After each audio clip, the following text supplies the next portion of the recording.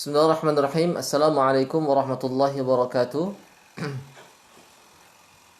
Bismillah, alhamdulillah, wassalatu wassalamu ala rasulillah wa ala alihi wa sahbihi wa mawalah. Alhamdulillah, pada kesempatan malam hari ini insyaallah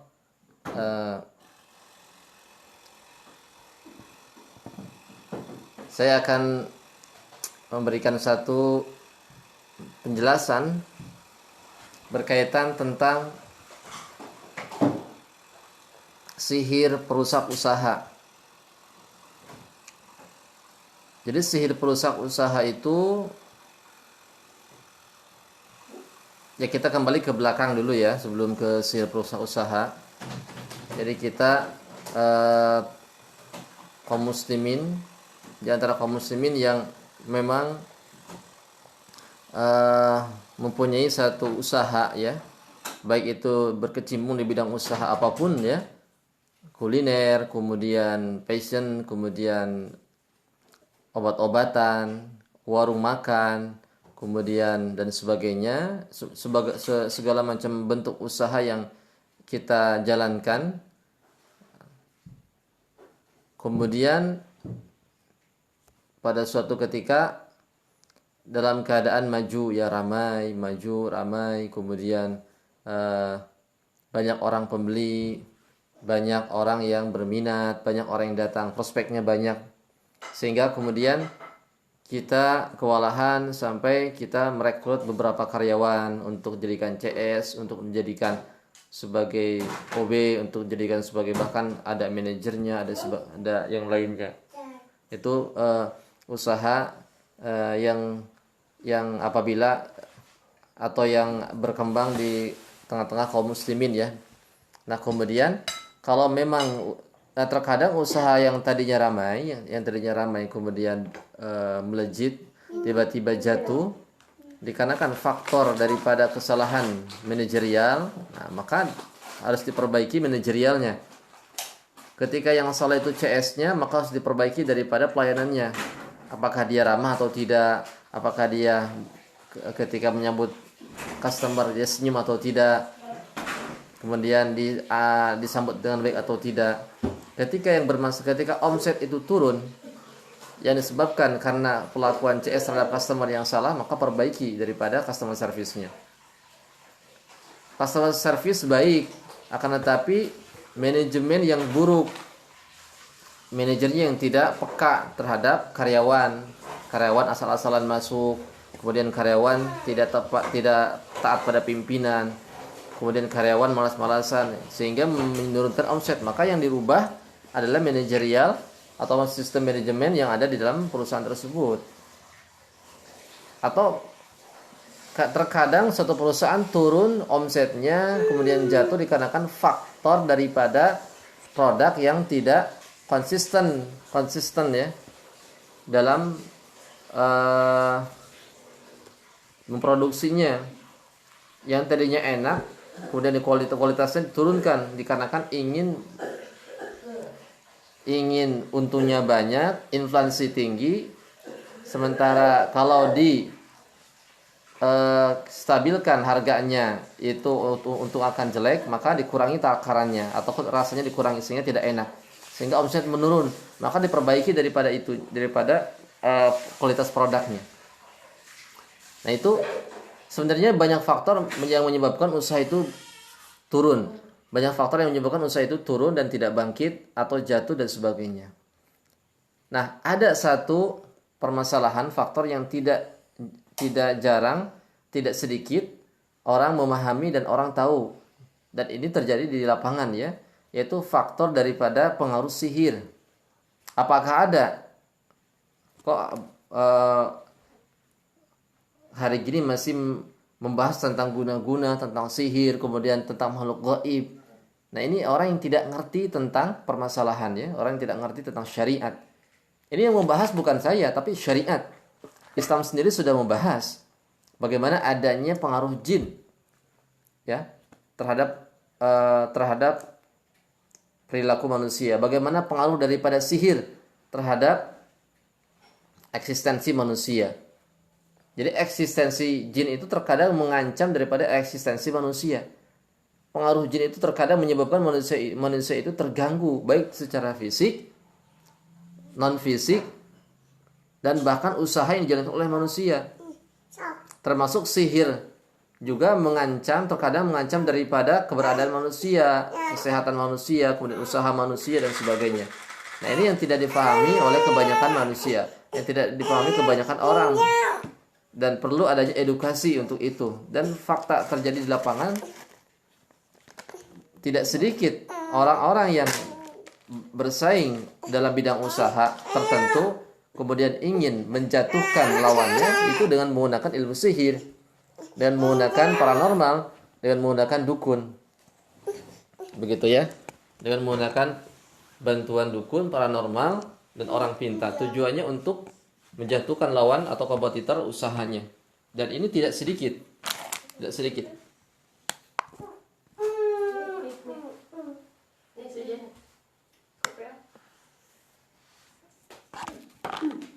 Dan ini tidak sedikit. Oleh karenanya penting untuk kita bahas tentang masalah hal ini. Masalah tentang sihir perusak daripada usaha. Jadi sihir perusak usaha itu adalah sihir yang ditanam di tempat usaha, ya, dengan tujuan untuk mempengaruhi usahanya, untuk menjatuhkan usahanya, kemudian untuk menjatuhkan omsetnya, dan yang intinya sih untuk menjatuhkan omsetnya, untuk menjatuhkan daripada hasil usahanya, sehingga yang tadinya dia melejit, kemudian di atas produknya laku, masakannya laku, kemudian jatuh begitu saja. Dan ini terjadi, fakta di lapangan terjadi, ya, fakta di lapangan terjadi. Dan saya membantu daripada kaum muslimin yang mengalami hal tersebut. Ada satu contoh teman kita yang berada di Papua, karena sekarang di masa Covid, maka saya lebih banyak meruqyah secara online ya. Ada salah seorang teman kita yaitu di Papua yang mempunyai usaha galon. Jadi isi ulang ya, yang seharinya itu mencapai 300 sampai 500 botol. Ketika ramai bisa nyampe 500 botol.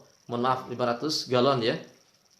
Nah, itu ketika omsetnya itu sekian, dengan jumlah per galonnya, dengan jumlah per harinya itu 500 galon, ketika memuncak paling sedikit 300 galon, tiba-tiba omsetnya menurun drastis. Tiba-tiba omsetnya menurun secara drastis. Dan tatkala ketika awalnya beliau ini tidak merasakan apa-apa, merasakan hal-hal aneh. Nah, ketika beliau ini terserang sakit yang tiba-tiba, jadi beliau ini tiba-tiba sakit di tangan sebelah kanan. Jadi ketika galon itu ingin beliau angkat, itu tidak bisa cuman harus membutuhkan tenaga yang besar. Sementara si tangannya itu tiba-tiba mendadak agak lumpuh, agak tidak bertenaga. Kemudian pelanggan-pelanggan yang asalnya itu pelanggan yang setia, yang tadinya suka beli ke dia, tiba-tiba beli ke orang lain. Kemudian dia tidak menghiraukan, ya udah gitu. Ini mungkin ingin ganti orang. Ketika ditanyakan, "Bapak kenapa?" Bapak tumben Bapak nggak pesan lagi. Oh, saya kan pesan terus ke Bapak. Maksudnya Bapak yang punya pengisian galon ya. Saya kan pesan terus ke Bapak. Masa iya sih? Bapak kan pesan ke orang lain. Ternyata setelah dicek itu dia pesan ke orang lain gitu. Tanpa si customer itu tanpa mengetahui bahwa itu tuh sudah pindah. Tiba-tiba pindah begitu saja. Wallahu alam bagaimana ceritanya? Kok bisa pindah tangan? Padahal ini sudah pelanggan sehingga jatuh omsetnya secara drastis. Kemudian disertai dengan indikasi bagian tubuh yang mendadak tidak bertenaga, yang tadinya suka ngangkat galon, tangannya itu tidak bertenaga untuk mengangkat galon ya. Kemudian kita ruqyah secara jarak jauh, kita bantu, kita arahkan, kita ruqyah sekaligus ruqyah dua tahap. Yang pertama meruqyah orangnya, yang kedua meruqyah daripada tempat usahanya. Kita ruqyah secara jarak jauh, kita bantu. Ini Papua ya, di Papua ya. Kemudian diruqyah, selesai sudah, agak enakan kata beliau. Kemudian rumahnya pun kita ruqyah dengan teknik-teknik tertentu. Kita buatkan air, kemudian dicipratkan ke seluruh penjuru tempat usaha. Kemudian saya jelaskan, Bapak setelah diruqyah Bapak, kemudian rumah usaha atau tempat usahanya Bapak udah diruqyah, seminggu kemudian coba Bapak perhatikan, kemudian secara seksama diperhatikan ada perbedaan enggak? Setelah kita biarkan, setelah proses ruqyah kemudian kita biarkan 1 minggu, ternyata dahsyat hasilnya ya, Allahu Akbar. Ini Allah yang memberikan kesembuhan dan mengangkat sihirnya ya. Mendadak setelah 1 minggu dari proses meruqyah orang sama meruqyah tempat usaha, dan omsetnya ternyata kembali normal.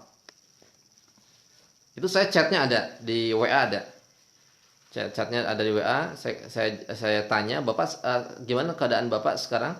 Apakah baik, usaha Bapak baik? Alhamdulillah katanya. Sekarang saya sudah normal, sudah sehat, dan omset saya sudah normal. Gitu. Nah, ini adalah salah satu fakta. Ternyata ada orang yang memang hasud mengirimkan sihir untuk merusak daripada usahanya. Ini satu contoh kasus ya. Sebenarnya ada beberapa kasus dan banyak kasus lainnya yang saya pernah tangani ya, ketika meruqyah tempat usaha. Ada pengusaha konveksi yang di rumahnya itu disimpan atau dibuang tanah-tanah yang mencurigakan dan tertangkap oleh kamera TV ya. Kemudian saya pernah meruqyah orang pengusaha nasi goreng, kemudian pernah meruqyah tempat atau rumah, bukan tempat usaha tapi rumah, yang mana si anaknya itu suka melihat hal-hal gaib ya. Itu banyak sekali saya meruqyah tempat usaha ataupun rumah yang dipenuhi oleh unsur-unsur gaib atau jin ya. Jadi sekali lagi, ini teman-teman yang dirahmati Allah ya, ini saya sengaja live ya. Ini saya angkat temanya berkaitan tentang meruqyah rumah dan meruqyah tempat usaha ya. Karena akhir-akhir ini banyak teman-teman yang meminta ruqyah dan mengeluh daripada tempat usahanya. Jadi sekali lagi bahwa usaha itu jatuhnya muamalah kita, jatuhnya perekonomian kita ketika menjalankan suatu usaha banyak faktor ya. Banyak faktor. Saya sambut dulu ini, sapa dulu teman-teman yang masuk. Mbak Wiwin Puspitasari ini ya, suka istiqomah nonton nih. Waalaikumsalam Mbak ya. Kemudian Mas Hari Hadi, Assalamualaikum Ustaz. Waalaikumsalam. Abu Hazm sedang menonton ya. Jadi tema yang sedang saya bahas, yang sedang saya jelaskan itu tentang masalah sihir penghancur usaha. Sihir penghancur usaha ya. Silakan yang mau bertanya silakan.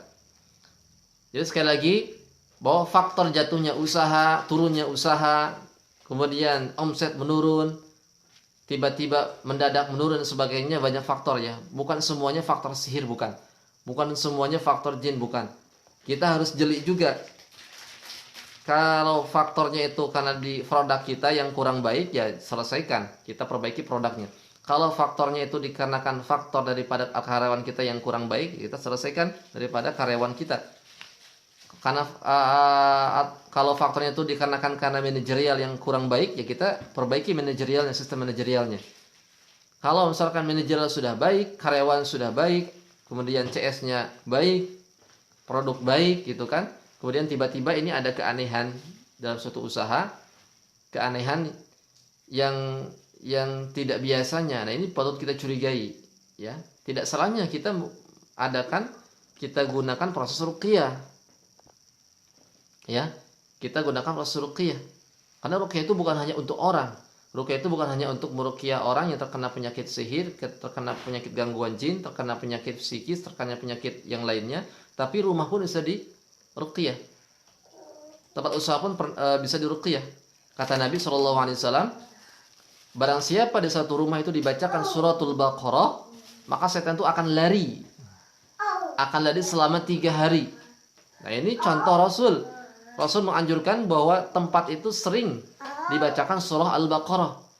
Kenapa? Karena memang terkadang jin itu suka mendiami di tempat yang kita diami. Jadi ada karakter jin. Jadi jin itu karakternya beda-beda ya, ikhwan, teman-teman. Jin itu karakternya beda-beda.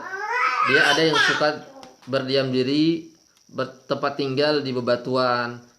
Ada yang suka berdiam diri, bertempat tinggal di pepohonan yang tidak sama sekali dihuni oleh manusia. Ada yang suka berdiam di mana manusia itu menempati daripada tempatnya. Jadi nimbrung dengan manusia. Sampai nimbrung dengan manusia itu ada. Nah, ketika yang nimbrungnya itu jin-jin muslim nggak masalah, tapi kalau yang nimbrungnya jin-jin kafir, fasik, nah ini bermasalah, menggoda. Apalagi jin-jin yang dikirim oleh dukun. Makanya Rasulullah SAW itu menganjurkan, mensyariatkan untuk kita ini sering membaca Al-Baqarah, membaca surah Al-Baqarah, ya, ayat berapa saja dibaca Al-Baqarah itu dahsyat. Dan barang siapa yang rumahnya itu jarang dibacakan Al-Quran, maka kata Rasulullah, rumahnya itu ibaratkan seperti kuburan. Kuburan kan tempatnya syaitan, tempatnya jin, makanya pantas nggak nyaman, sesak, kemudian tidak terjadi keharmonisan antara hubungan suami istri dan suami istri dan ini ya, pasutri. Nah, ini jadi permasalahan. Oleh karenanya penting kita untuk membahas ke tahap ini ya, karena ini. Jadi nggak sedikit di antara kaum muslimin yang mengeluh rumahnya itu dihuni oleh jin, yang mengeluh daripada tempat usahanya itu terjadi hal-hal yang aneh. Silakan diruqyah rumahnya. Kalau memang ada tempat dihuni makhluk gaib, anaknya bisa melihat jin, kemudian ada bau-bau aneh yang menyengat, bau bangkai gitu ya, yang tidak tahu di mana sumbernya, silakan diruqyah. Ruqyahnya gampang ya, cara meruqyah rumah itu sangat gampang. Saya akan kasih caranya kepada Bapak Ibu sekalian. Cara meruqyah rumah itu sangat gampang dan sangat mudah. Dan kita sebenarnya tidak perlu meminta bantuan kepada peruqyah kalau memang kita bisa. Apalagi kalau kita orang yang rajin beribadah ya, insya Allah itu akan manjur. Sangat mudah ya, nggak perlu minta bantuan paranormal, musyrik ya, nggak perlu kita minta bantuan dukun. Itu akan mengundang daripada permasalahan yang baru. Gimana cara meruqyah rumah? Sangat gampang Bapak Ibu sekalian ya, sangat gampang kalau kita ingin meruqyah rumah. Meruqyah rumah itu ada dua trik, ada dua cara. Yang pertama, kita bisa meruqyah langsung ke tempatnya. Kita punya rumah yang luas, maka ruqyah rumahnya dengan cara apa? Dengan cara kita ruqyah ruangan per ruangan. Kita di rumah kita ada ruangan kamar, ada ruang tamu, ada ruang tengah, ada ruang dapur, ada ruang apa lagi, misalkan ruang belajar dan sebagainya. Kita ruqyah per kamar. Per kamar dibacakan surah Al-Baqarah 1 halaman. Misalkan kamar Alif Lam Mim gitu ya. Dzalikal kitabul la raiba fihi hudan.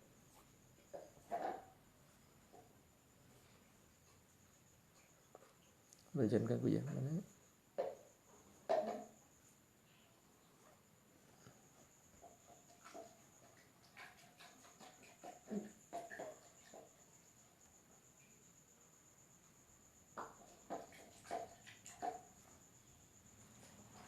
Baik, kita lanjutkan ya. Tadi ada yang video call. Jadi cara meruqyah rumah yang terindikasi rumah tersebut diganggu oleh jin, anak kita diganggu oleh jin, istri kita diganggu oleh jin sehingga tidak nyaman, selalu mimpi seram, kemudian melihat hal-hal yang aneh. Ruqyah rumahnya silakan. Gampang cara meruqyahnya ya. Bacakan. Jadi cara meruqyahnya itu, mohon maaf ya tadi kejeda sebentar. Cara meruqyahnya itu ialah dengan dibacakan surah Al-Baqarah per ruangan. Ruang kamar kita bacakan satu halaman surah Al-Baqarah. Ruang tamu kita bacakan satu halaman surah Al-Baqarah. Ruang tengah kita bacakan satu halaman surah Al-Baqarah. Ruang dapur kita bacakan satu halaman surah Al-Baqarah. Nah, itu cara meruqyah rumah. Gampang ya. Cara yang kedua yang sangat simpel dan cepat itu kita gunakan media air dengan dicampur daun bidara. Kalau pengen hebat, dahsyat, hasilnya dicampur dengan daun bidara. Kalau nggak ada nggak apa-apa. Air kita sediakan satu ember, kemudian kita ruqyah airnya. Dengan cara apa meruqyahnya? Doanya sama, Al-Baqarah. Bacakan surah Al-Baqarah seperempat juz. Seperempat juz itu berarti 2 lembar setengah, ya. Jadi bacakan 2 lembar setengah ke ember. Bacakan, kemudian tiupkan. Setelah tiupkan, kita cipratkan ke seluruh bagian penjuru rumah. Ruang tamu, ruang kamar, ruang tengah, ruang dapur, kamar mandi, atap-atap, benda-benda kita basahi, ubin-ubin, kemudian dinding-dinding, kemudian halaman, kemudian pohon-pohon kita basahi. Itu insya Allah ada jin di situ terusir. Ada sarang jin di situ maka akan terbakar. Itu caranya ya, sangat-sangat mudah, silakan dipraktikkan. Kalau untuk, nah ini ada yang bertanya. Ya. Khusna, assalamualaikum, waalaikumsalam. Ya Ibu Herina, assalamualaikum, waalaikumsalam Ibu. Mbak Wiwin, Mbak Wiwin bertanya nih. Assalamualaikum, saya mau cerita Ustaz, saya punya kios. Saya sewakan, pertama-tama yang sewa kios saya itu laku pesat. Tapi beriring dengan waktu setelah orang lain lagi sewa kios saya ada yang aneh, semuanya tidak bisa sampai setahun.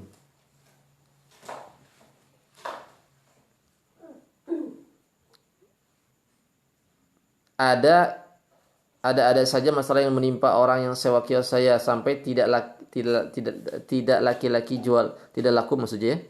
Sampai tidak laku jualnya. Terakhir ini ada lagi yang mau sewa kios dan saya berharap semoga orang ini bisa bertahan dan betah di kios saya. Mohon petunjuk Ustadz. Ya. Baik ya untuk Ibu Wiwin ya. Untuk Ibu Wiwin Puspitasari.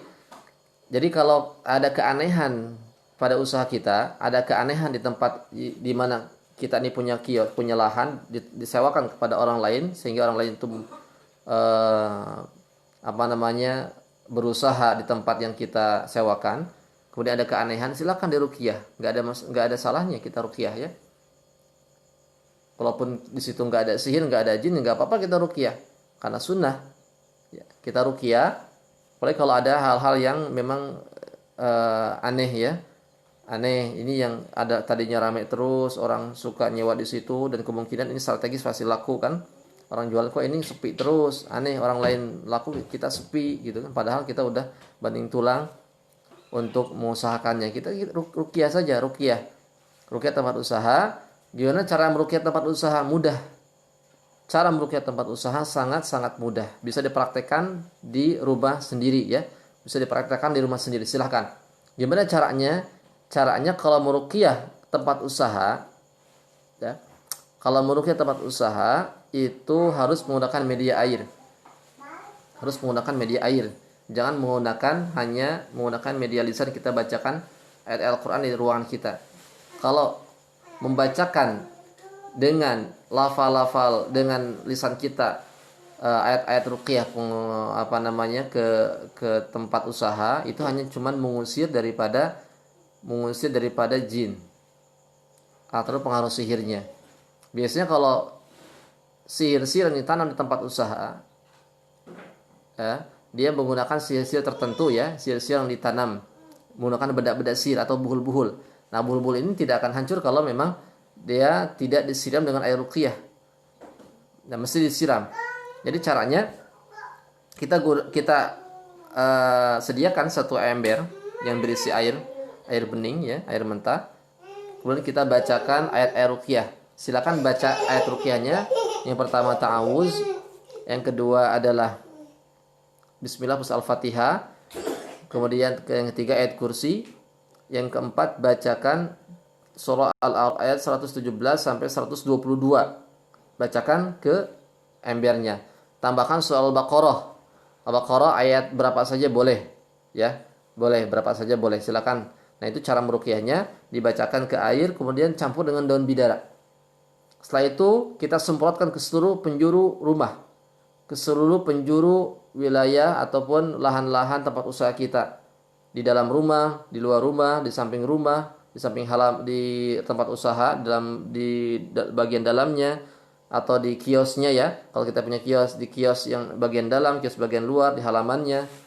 Benda-benda kita semprot dengan air ruqyah, kita siram dengan air ruqyah, kita cipratan dengan air ruqyah.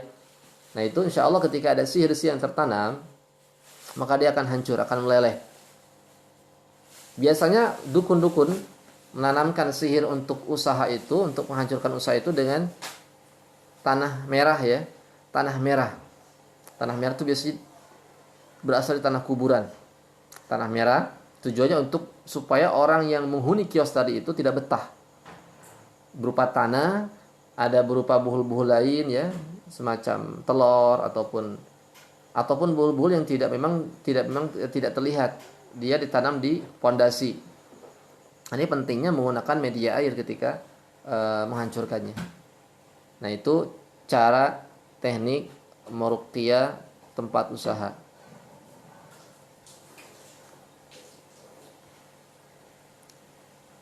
Assalamualaikum, Ustaz.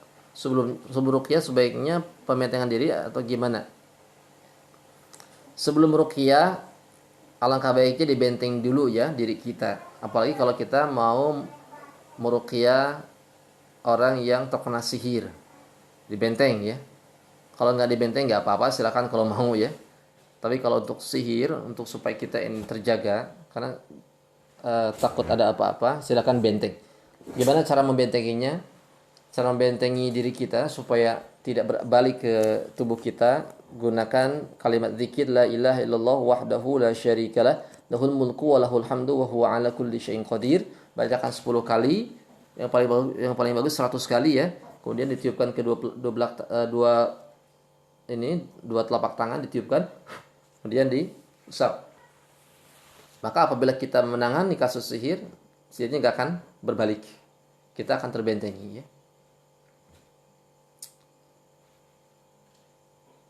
Assalamualaikum.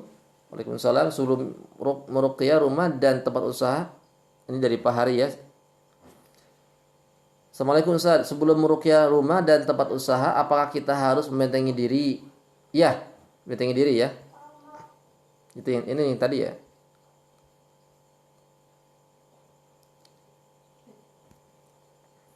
Sebaiknya membentengi diri Pak ya, supaya ketika ada sihir-sihir yang ini ada di situ, kita terjaga ya. Terjaga, apalagi kalau di tubuh kita ini ada jin nasab ya, harus dibenteng karena suka ada pengaruhnya. Jadi itu ya, ini tema yang sedang dibahas teman-teman yang baru bergabung. Ini tema tentang meruqyah tempat usaha ya, tema tentang meruqyah tempat usaha dan rumah-rumah yang dihuni jin, yang di situ ada jin sehingga penghuninya itu diganggu oleh jin, ataupun tempat usaha yang di situ ditanam sihir sehingga usahanya bangkrut. Kemudian kita punya kios, punya lahan, disewakan kepada orang yang tadinya nyewa kepada kita itu sampai bertahun-tahun lamanya, kok beberapa tahun kemudian datang penyewa baru, tiba-tiba ini kok nggak bertahan lama. Cuma 1 bulan kuat nyewa, 2 bulan kuat nyewa gitu. Nah, ini kalau ada keadaan seperti tadi, alangkah baiknya kita ruqyah, adakan ruqyah rumah. ruqyah tempat usaha, ruqyah kios kita, ruqyah warung kita, silakan diruqyah, nggak ada salahnya kita meruqyah tempat usaha ya. Karena memang Rasulullah juga menganjurkan kita ini untuk senantiasa membaca surah Al-Baqarah pada setiap ruangan. Kita punya rumah, kita bacakan suratul Baqarah. Kita punya usaha, tempat usaha kita baca suratul Al-Baqarah. Karena ini akan menjadi benteng. Ketika ada syaitan mengganggu, ketika ada sihir yang mau ditanamkan di tempat usaha, di rumah kita, maka akan menjadi benteng. Maka akan menjadi benteng untuk tempat usaha dan rumah kita.